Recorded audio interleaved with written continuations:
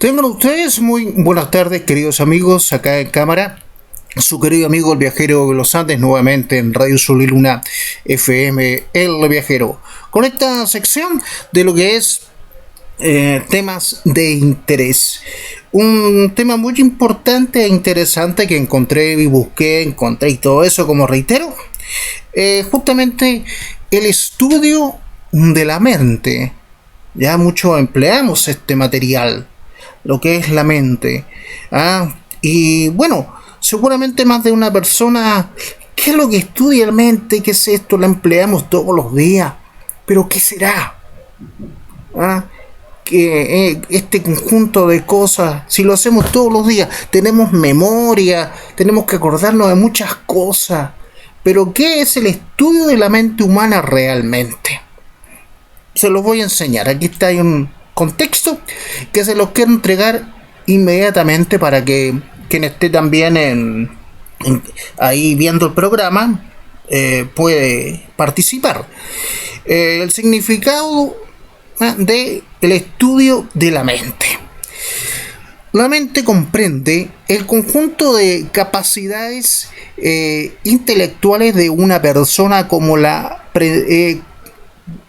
percepción, el pensamiento, la conciencia y la memoria. Es también la parte del ser humano donde se desarrollan estos procesos. Mente también es sinónimo de designio, pensamiento, propósito o voluntad. Por ejemplo, Matías tenía su mente puesta en un nuevo proyecto. ¿Ya? Siempre nosotros tenemos un pensamiento nuevo. ¿Qué voy a hacer mañana? Entonces a uno se le ocurre un proyecto nuevo, ya el anterior ya lo terminó, ¿cierto? Y cuando uno procede a tener una idea nueva, ese viene siendo como el ejemplo que nos están dando. ¿Ya? Tú, ya sea Matías, Juan, ¿cierto? Roberto, Alicia, tiene una idea nueva, es decir, el pensamiento en ese proyecto nuevo. La palabra mente, ya como tal, proviene del latín mens, mentis, ¿ya? Ahí, ya, para que tengamos más o menos clara la idea. Entonces, ¿de dónde viene esta palabra o la palabra dicha de nombre mente? Entonces viene del latín, ya, de nombre mens o mentis, que viene y significa mente. Mente en psicología, muy importante esto, mente en psicología. Pongamos atención, chiquillas, chiquillos también. En psicología, en psicología, el concepto de la mente comprende el conjunto de actividades y procesos tanto consistentes como incidentes en el carácter psicológico, tales como la percepción, el razonamiento, el aprendizaje, la creatividad y la imaginación o la memoria. Reiteramos entonces, interesante este párrafo. Mente, psicología. Ya, en la psicología el concepto de la mente comprende entonces el conjunto de actividades y procesos tanto en los conscientes como inconscientes de carácter psicológico, tales como la misma percepción, el razonamiento, el aprendizaje, la creatividad, la imaginación y la memoria. La mente es lo que nos permite tener conciencia subjetiva. La mente es lo que nos permite tener conciencia subjetiva. Como tal, no ocupa un lugar físico. De allí, obviamente, que sea un concepto abstracto, ¿ya? No ocupa una parte física, no. Se le asocia generalmente con el cerebro porque es el órgano en el cual tiene lugar estos procesos, pero se le diferencia que obviamente se le relaciona con el cerebro, ya que es en el lugar donde tiene estos procesos, pero se diferencia de en que mientras la mente es estudiada por disciplinas como la psicología, la psiquiatría, el cerebro es abordado desde la biología en función de los procesos físicos y psíquicos que también tienen lugar en él. Mente abierta y mente cerrada. Esto es interesante, chiquillos. Ustedes han de conocer seguramente a más de una persona, se han de dar cuenta que esta persona tiene mente abierta y esta otra es de mente cerrada, ¿cierto? ¿Cómo es la diferencia de esto, las mentes cerradas y abiertas? Vamos inmediatamente a darla. Mente abierta y mente cerrada. Se dice que la persona que tiene mente abierta, cuando es una persona muy flexible y transigente con los demás, con sus ideas y opciones, cuando tiene interés por aprender y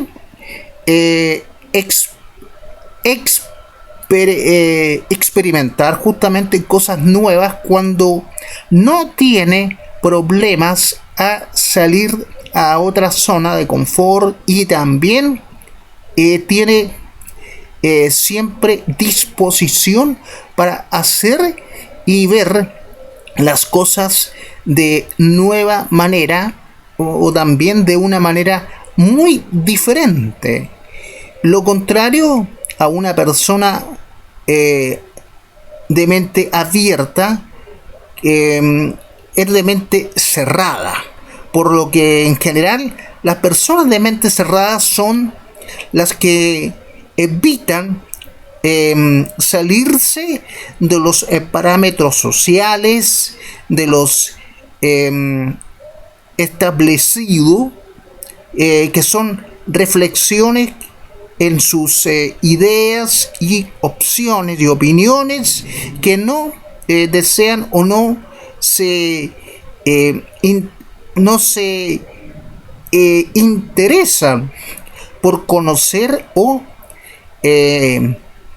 experimentar cosas nuevas, que también temen ya al cambio o a lo diferente. Esa sería una persona o personas de mente cerrada. Ahí están las diferencias de ambas, ¿ya? Mente cerrada y mente abierta propiamente tal.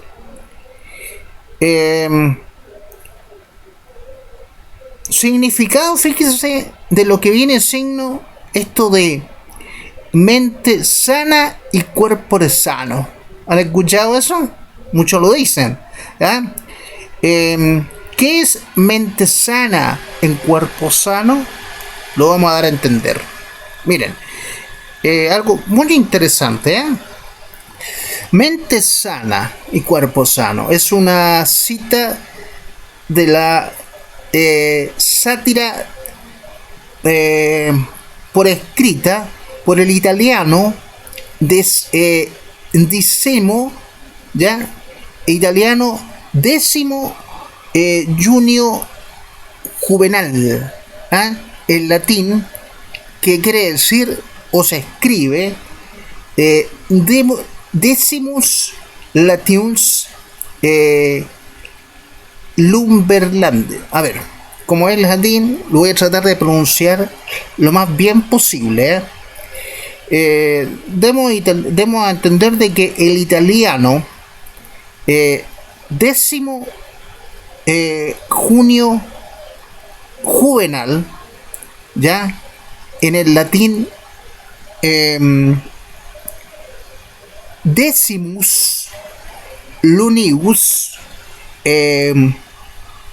luvenalis, ya, en el siglo I o en el siglo I antes de Cristo. La frase original en el latín es orandum, ya, orandum et ut sit mens se añade in corpore sano, ya. Eso vendría siendo la frase original. La vamos a reiterar para que no haya confusión. Entonces, esto de la mente sana y corpore sano, ¿cierto? La frase original en latín es arandum est ut sit mens sana in corpore sano, que se traduce como oremos por una mente sana en un cuerpo sano, y se encuentra y se encuadra, obviamente, sí, se encuadra dentro del contexto de la filosofía griega sobre el cultivo de la mente y el cuerpo y el alma para alcanzar el equilibrio. También se presume la frase mente sana y cuerpo sano, que es también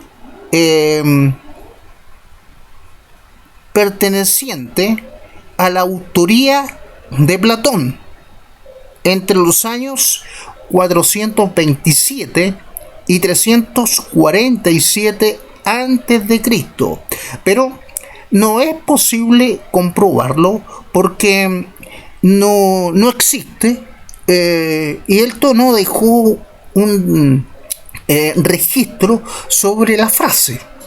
Entonces, como no hay registro sobre dicha frase, hablando del personaje de Platón, no se puede comprobar lo que estamos hablando en estos momentos referente a Platón, ya que dice esto de que probablemente él también tiene relación con esta. Mente sana en cuerpo sano nace como una plegaria u oración para que los dioses nos ayudaran a cultivar una mente sana en cuerpo sano para mantener nuestra alma saludable. En el siglo XIX, mente sana, cuerpo sano, no se refería más al equilibrio de la mente y del cuerpo, sino que específicamente al cultivo del cuerpo, que traería como consecuencia una mente más sana. Esta tendencia se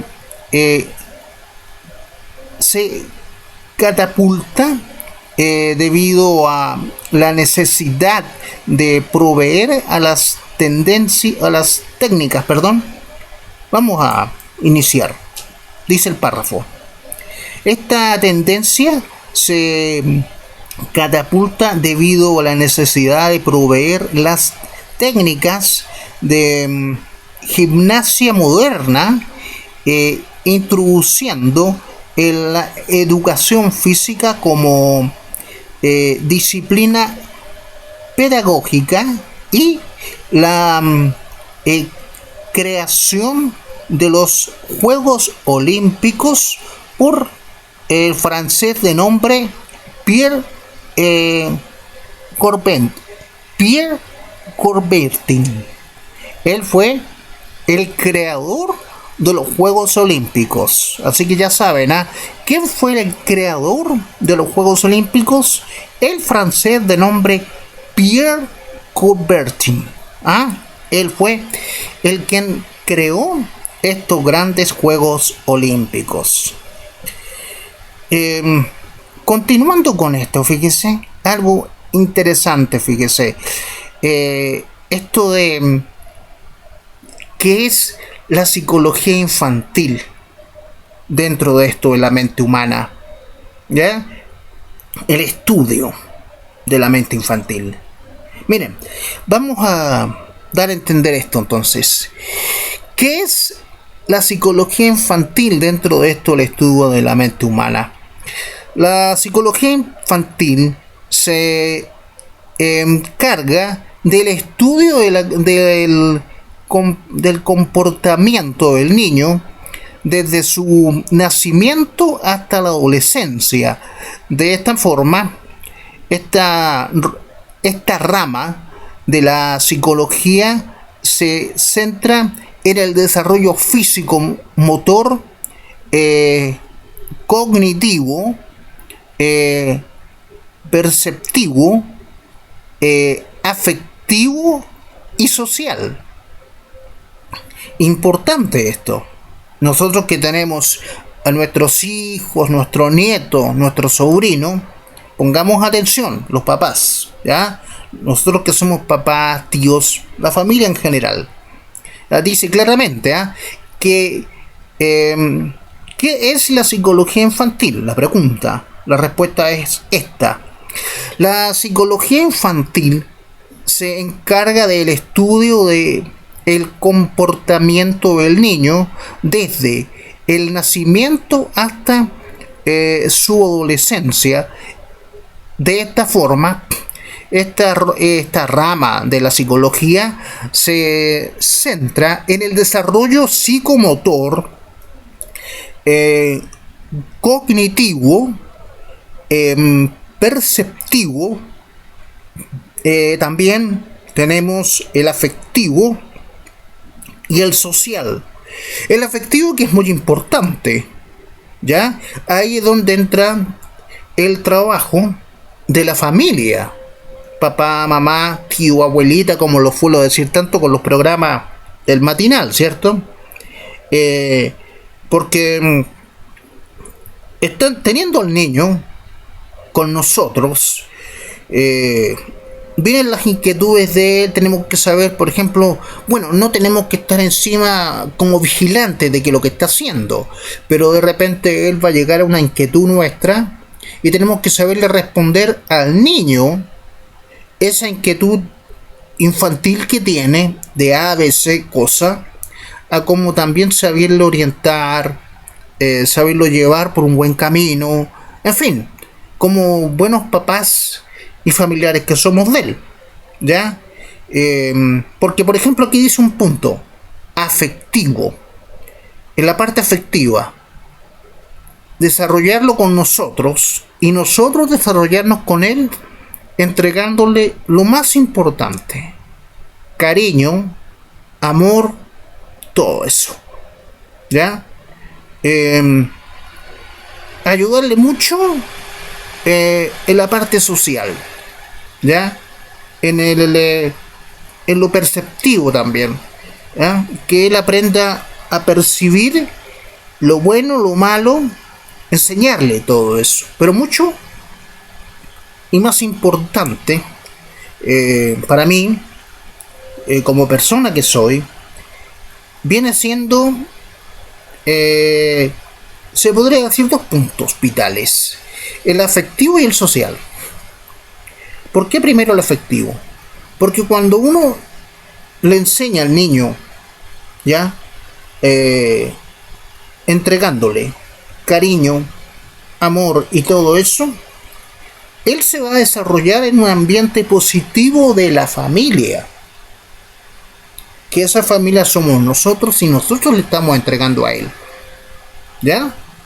Entonces, como él se está desarrollando y al final ya cuando sea adulto va a captar eso, se desarrolló en ese ambiente, él ya cuando tenga sus 18, 21, 27 años, como persona no va a tener problema, ni va a ser problemático tampoco, ¿ya? Como persona, porque ya él va a estar incluso en un ambiente social que va a saber cómo, ¿ya? Porque nosotros le enseñamos con el cariño que nosotros le entregamos de familia, también lo guiamos a un ambiente social, que era el nuestro, ya por ese camino sociable, en el sentido de que buenas amistades, si él va a crecer para ser un profesional, eh, también le guiamos por ello, en fin, todo esto del cognitismo, del perceptivo, afectivo y social, que es muy importante para con el niño. Eh, ¿Qué estudia? También fíjese. Eh, ¿Qué estudia la psicología infantil en todo esto? Fíjese que dentro del parámetro del estudio, la psicología infantil se encarga del estudio del comportamiento del niño. Pero fíjese que tuve una entrevista que hice hace unos días atrás. Entonces, yo les quiero entregar a ustedes, ¿ya? Justamente la entrevista que le hice a la doctora Marta Rosalba, justamente en esto de la pregunta vital: ¿qué estudia la psicología infantil? Bueno, a la pregunta, esto fue lo que ella me dijo. Bien, chiquillos, estábamos en esto de la mente, ¿cierto? De que tiene sus misterios. Y bueno, yo les había prometido, entonces, aquí tengo a la doctora psicóloga Marta Rosalba. Muy buena tarde, Martita. Hola, muy buenas tardes, queridos radioescuchas que siguen siempre el programa del Viajero de los Andes. Y bueno, estábamos con esto de la mente, Martita, y llegamos a un punto muy interesante que es la mente y la psicología, lo importante de esto. Y el punto de la psicología infantil, ¿qué es lo que viene siendo el estudio o qué hace la psicología al estudiar a los niños? ¿Cómo es esto? Bueno, la psicología infantil es una de las ramas en las que se divide la psicología, porque hay psicología clínica, que es propiamente la psicoterapia a la cual acuden los pacientes, esa es la psicología clínica. Hay psicología laboral, que es la que se encarga de que exista un buen ambiente laboral en las empresas, en los trabajos, que los trabajadores se sientan a gusto en su trabajo. En fin, esa es la psicología laboral. Y la psicología educativa, en este caso, que es el tema que tú estás tratando, bueno, se trata del estudio de los niños, o sea, de acompañar a los niños en su crecimiento emocional, más que nada. Se encarga del crecimiento evolutivo de los niños, de cómo piensan, cómo se están desarrollando hasta que llegan a la adolescencia, cómo piensan, cómo manipulan, cómo hacerlos que rindan, cómo hacer que crezcan como niños seguros de sí mismos. En fin, esa es la psicología infantil o educativa. Tengo entendido también dentro de este punto que están muy involucrados lo que es dentro de la terapia infantil, lo que es también involucración del papá, de la mamá, que tiene, Claro, que tiene que estar ahí. Claro, porque los papás son las primeras figuras con las cuales convive el niño o la niña. Las primeras figuras con las que convive, sus ejemplos, sus modelos a seguir, sus personas significativas para ellos. En fin, claro que los papás son base fundamental y además porque la educación empieza en casa. Siempre se ha dicho eso. En casa, la educación empieza en casa. En la escuela, pues bueno, es darle a los niños educación en cuanto a conocimientos, en cuanto a preparación académica.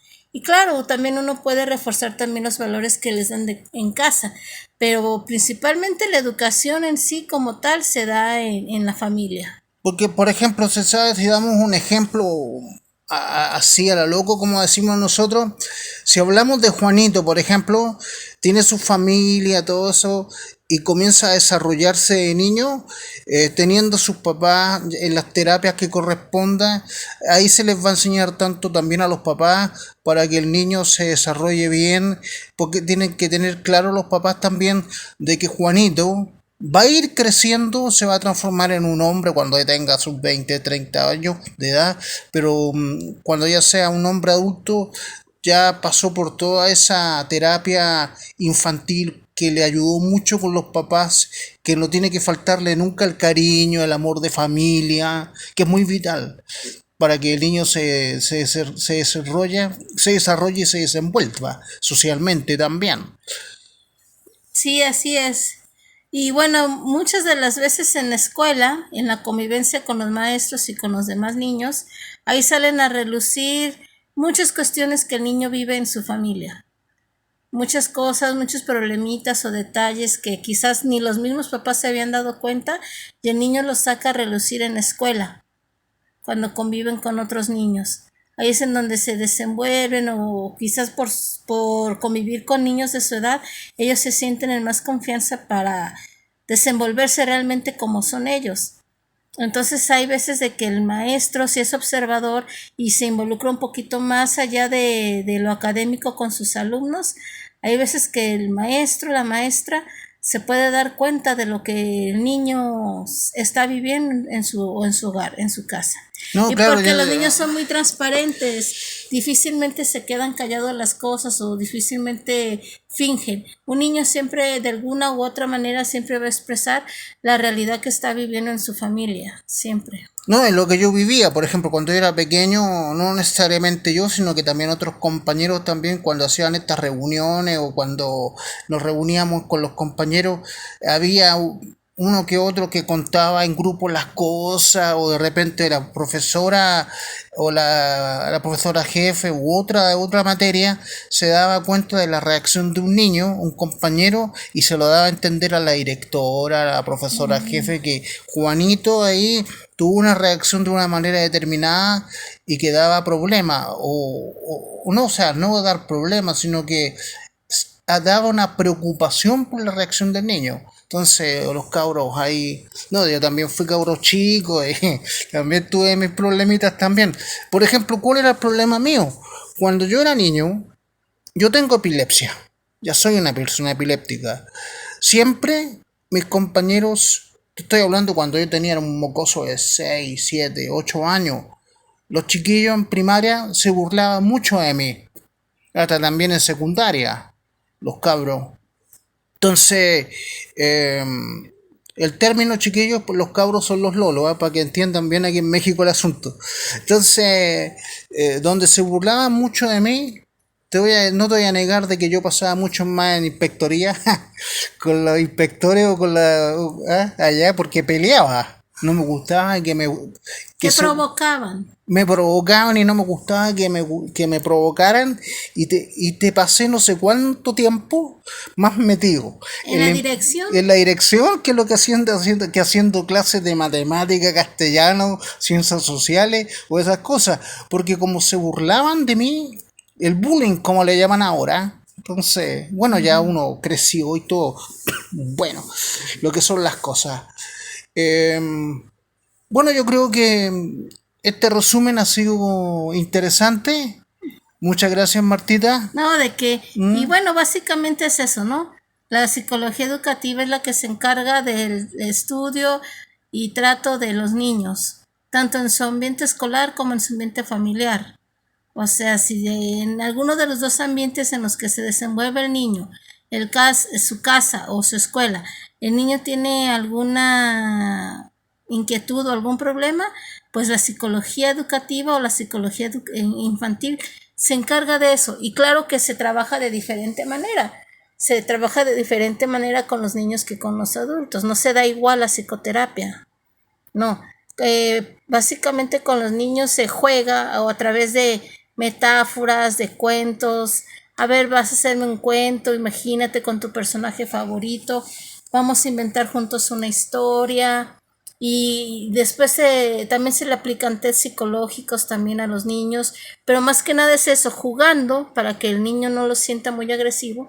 Inconscientemente el niño ahí va a reflejar, va a sacar lo que él trae por dentro, la realidad que el niño está viviendo, la va a sacar por medio del juego. Ahora que me dijiste juegos, se me vino a la memoria cuando estaba haciendo lectura de esto antes de prepararme, de que las personas terapeutas, los especialistas, se tienen que preparar obviamente mucho en lo que es el lenguaje, en la comunicación de ellos, pero lo más importante para con los niños es el lenguaje de comunicación, de los gestos, para que el lenguaje no verbal. El lenguaje no verbal, claro, que para que Sí. ya obviamente el terapeuta sepa cómo comunicarse. Sí, pues como los niños son más sensibles, son más vulnerables a las cosas, pues bueno, a ellos se les aborda o se les trata de diferente manera que un adulto. Un adulto sí lo puedes confrontar, le puedes hacer ver su realidad tal cual, sin pelos en la lengua, tal y como son. A los adultos se les puede abordar o hablar con palabras más tajantes, más, ¿sí me explico? ¿Sí me doy a entender? Pero en cambio con los niños, pero en cambio pues a los niños hay que abordarlos de diferente manera. Entonces a ellos se les aplica básicamente eso, la terapia de juego, por medio de juegos, jugando. El niño va inconscientemente sin que él se dé cuenta, pero está expresando lo que está pasando en su escuela y en su casa, qué está ocurriendo. El niño lo saca mediante el juego o, como te digo yo, cuentos. De alguna manera el psicólogo tiene que ser muy creativo. Por eso es más desgastante para mí, yo así lo considero. Es más cansado y más desgastante la terapia infantil que la terapia adulta, porque tienes que acompañar al niño, poner tus 5 sentidos, ahí que no se te vaya ningún detalle. Tienes que ser muy observador, como tú decías. Tienes que ponerte a nivel del niño, jugar con el niño. Si el niño ahora quiere contar cuentos, se juegan cuentos, se juegan con marionetas, rompecabezas y cómo has estado y así. Entonces eso requiere mucho por parte del psicólogo. Demanda mucho por parte del psicólogo. Por eso es que es más cansado y más desgastante la psicología infantil que la psicología adulta. Uno de los recuerdos míos que se me vienen a la memoria, por ejemplo, cuando era pequeño, 4 o 6 años, jugaba esto tradicional de la cuestión del papá y la mamá. Entonces, claro. El asunto que como yo era el papá, me fijaba en las reacciones de mi papá, tanto cuando llegaba del trabajo, cómo reaccionaba mi mamá, lo que él hacía. Entonces, ¿para qué? Tenía una amiga mía que estaba por ahí, una vecina, por ejemplo, hacíamos el juego y yo copiaba, se podría decir en memoria ahí, las reacciones de mi papá y las actuaba, se podría decir. Claro, no, por ejemplo, ese es un juego muy bueno, o sea, para que el niño exprese la realidad que está viviendo en su casa, ese es un juego fabuloso, porque si, por ejemplo, si el papá es un papá alcohólico, que no trabaja, que le pega a la mamá, en ese juego, por ejemplo, que estás diciendo tú del papá y a la mamá, pues el niño ¿cómo va a ser? Va a jugar que es el papá, pero va a ser igual que su papá. Va a jugar a que es borracho, que también le pega a la niña, y todo lo que hace su papá él lo va a hacer. Entonces uno como psicólogo va a decir, chucha. Entonces quiere decir que el niño en su casa está pasando eso. Entonces lo va a sacar a luz. Entonces el niño siempre va a jugar y va a expresar conforme la realidad que está viviendo. Tú tuviste un papá diferente, que trabajador, cariñoso, que llegaba a su casa, en fin. Tú por eso tú copiabas a tu papá y jugabas diferente, que eras un buen papá y cariñoso, tierno, formal, etcétera. Pero, por ejemplo, los niños que desgraciadamente tienen una realidad diferente, que tienen otros diferentes tipos de papá o que el papá les pega, qué sé yo, cuando él juegue ese juego, pues el niño va a jugar con un muñeco o con otro niño más chiquito que le pega, que lo maltrata, que lo regaña. ¿Por qué? Porque eso es lo que le hacen a él en la vida real. Eso es lo que le hacen al niño. Y ahora que él está jugando, inconscientemente, sin que él se dé cuenta, está expresando, está sacando esas realidades que él está viviendo en su casa. Bien, Martita. Entonces, por eso es muy interesante la psicología infantil. Sí. Psicología infantil o psicología educativa es la que se da en las escuelas. Ya. Pero en general, pues psicología infantil es la que se encarga del tratamiento de los niños, de acompañar a los niños en su crecimiento, en su desarrollo emocional. A manejar sus emociones también, se les enseña a tener límites, que no siempre se les va a poder conceder todo lo que ellos quieren, que hay reglas que tienen que respetar, en fin. Todo eso porque eso es básico desde niños. Porque es como un arbolito, como una plantita. Yeah. Muchos papás dicen, ay, pero está chiquito, déjalo. Ya que esté grande le enseño o lo regaño o lo reto. No. Esa es la gracia cuando está chiquito. Porque es cuando te obedece, cuando aprende, cuando se está formando como una plantita chiquita que va creciendo. Cuando tú la puedes manejar a tu modo, a tu antojo, como quieres tú que crezca esa plantita. Hay que entregarle cariño y amor, que es lo importante. Pero desde chiquitos. Ya cuando está un árbol muy grande, con un tronco y unas raíces muy pesadas, ya no lo puedes hacer como tú quieres, ¿verdad? No. Ya no va a crecer como tú quisieras. Entonces ya no tiene gracia, ya no tiene chiste. La educación, la imposición de los valores, reglas, toda la educación moral, espiritual de un niño tiene que empezar desde chiquito. Es justamente del contexto que estaba yo leyendo que consigue con lo que tú me estás diciendo, porque educando a un niño desde pequeñito así, con amor, con cariño, al final, por ejemplo, siendo Juanito, que siempre me gusta colocar los nombres a los cabros, al ejemplo, Juanito está creciendo así, desde chiquitito le están dando cariño, amor, le están educando muy bien, va a su escuela y de repente Juanito es Juan. Tremendo chiquillo de 30 años, profesional, pero resulta de que cuando es tremendo Juan, es una persona educada, profesional, muy bien, muy buena socialmente. ¿Por qué? Porque ha sido educada en un ambiente de familia muy buena, todo desde eso pequeño. Se hace y se tiene que hacer desde niño. Ya cuando están grandes, ya de adolescentes en adelante, ya es muy difícil. ¿Ya para qué? Claro. Ya es un bien o mal, ya el individuo ya tiene formados sus valores, sus criterios, su forma de pensar, sobre todo, ya sabe lo que es bueno y lo que es malo, tiene sus cánones de valores. Los valores son importantes. Buenos o mal, para bien o para mal, pero ya desde el adolescente en adelante ya los tiene hechos, entonces ya para qué, no tiene chiste. Claro que no. Entonces toda la educación de un niño, de un ser humano, empieza desde niños, que ahí los captan.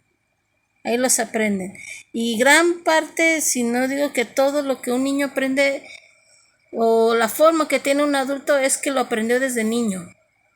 Es aprendido, adquirido.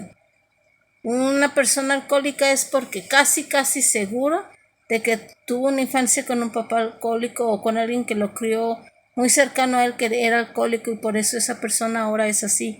Casi siempre es seguro. Siempre el niño va a aprender de lo que ve, de las experiencias que ve.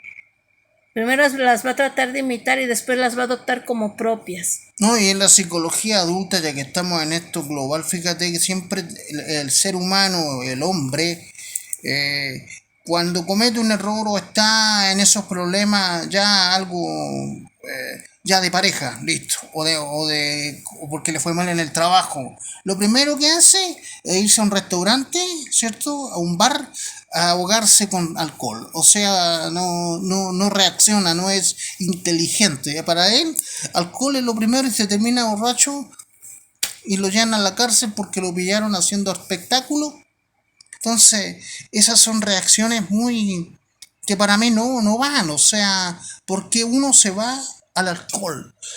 Ah, vaya, es una Coca-Cola nomás y mejor.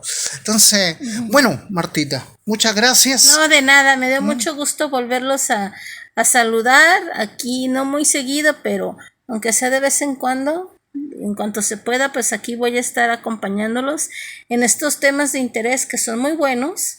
Es siempre mi Luchito, como le digo yo, mi viajero de los Andes, siempre muy dedicado, muy profesional, se preocupa por investigar temas de interés buenos y que sean de interés, como lo dice el tema, temas de interés para ustedes, que a ustedes les llame la atención, que les sirva, que les deje algo positivo a ustedes, a todos los que nos escuchan. Ese es el chiste, es la gracia. Y siempre que tengo la oportunidad de participar con él, que me invita, me hace favor de invitarme así como hoy, pues siempre lo voy a hacer con mucho gusto. Para mí ha sido un placer volverles a acompañar, aunque sea así por voz, pero bueno, espero que salga bien la emisión, que salga bien el programa, que me puedan escuchar. Fue un gusto. Chao. Bien, muchas gracias Martita, realmente para mí también un gustazo. Y para otra ocasión, pues chiquillos, ya está todo listo y a ratito ya continuamos entonces con el programa. Esto fue lo que me dijo Martita. Bien chiquillos, realmente fue un agrado haber estado con ustedes en el programa y sobre todo tengo que agradecer entonces también la participación de Martina como doctora y psicóloga también que nos acompañó, nos dio esta entrevista, muchas gracias. Y también pues chiquillos, ya estoy preparado para despedirme, pero antes que nada fíjese que todo esto es muy importante e interesante, ¿eh? Fíjese que a todo esto, ya que estábamos hablando de la mente y todo esto de la psicología infantil, en cada niño se debiera poner un cartel que dijera tratar con cuidado, ya que contiene sueños. En cuanto a los niños, fíjese, la psicología infantil contiene dos variables que pueden incidir en el desarrollo del niño. El factor ambiental, como la influencia de sus padres o sus amigos, o factor biológico determinado por la genética. Las principales teorías relacionadas con la psicología infantil, también las enunció Sigmund Freud.